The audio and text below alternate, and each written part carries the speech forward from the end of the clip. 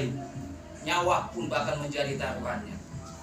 Mungkin kita ketahui ada beberapa misionaris kita yang mungkin ya mengabarkan firman, bahkan kepalanya juga dipenggal seperti Yohanes.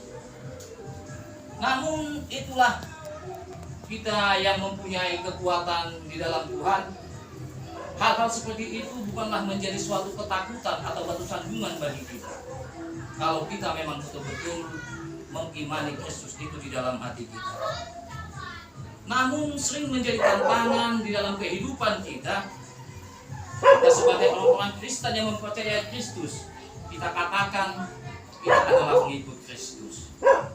Namun di dalam hal pertemuan atau perkumpulan kita sering menjadi bahan omongan orang karena sifat kita yang tidak berkenan kepada Kristus. Mungkin di hubungan kita, terutama di Tuhan di baratnya, ya mudah-mudahan kita tidak ada mempunyai sifat-sifat yang begitu ya.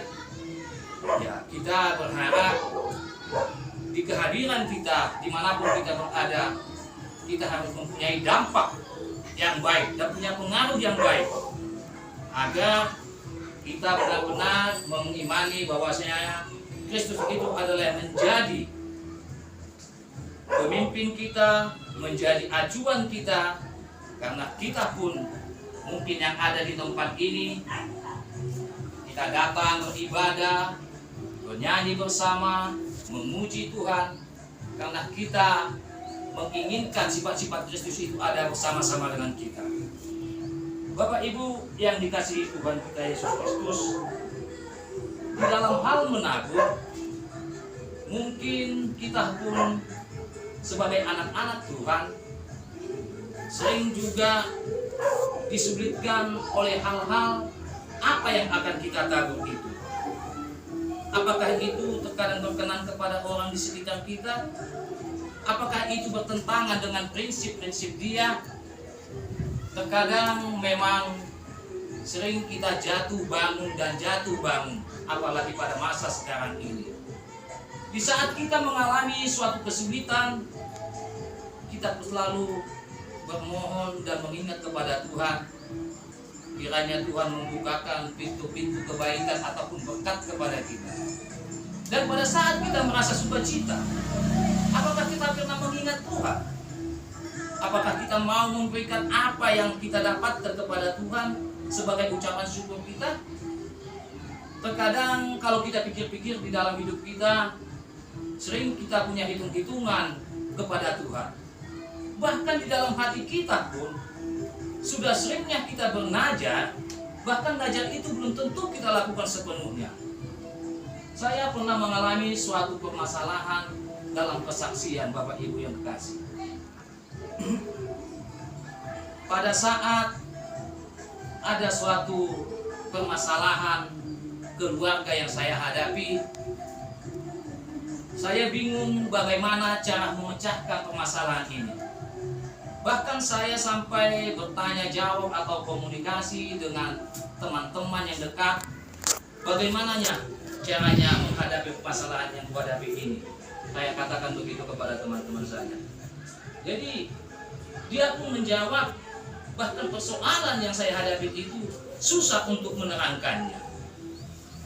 Jadi dalam hati saya bertanya, bahkan saya memohon kepada Tuhan, Tuhan, berikanlah kelegaan atau jalan yang terbaik kepada saya dalam permasalahan yang saya hadapi ini. Jika doa-doa dan permohonanku kepadamu Engkau tuluskan, saya akan bernajat kepadamu memberikan sesuatu yang layak saya berikan kepadamu. Namun di dalam doa itu terjawab oleh Tuhan.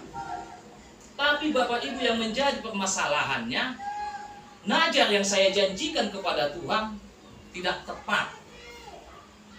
Mungkin ada hal-hal yang perlu, yang mungkin harus dipenuhi.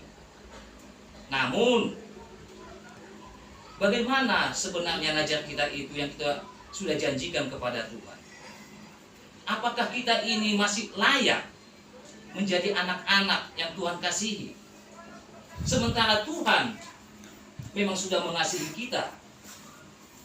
Bahkan apapun yang kita minta, terkadang tanpa sepengetahuan kita sudah diberikan Tuhan. Namun kadang-kadang di dalam doa-doa dan permohonan kita kepada Tuhan, sering kita meminta tidaklah langsung diberikan.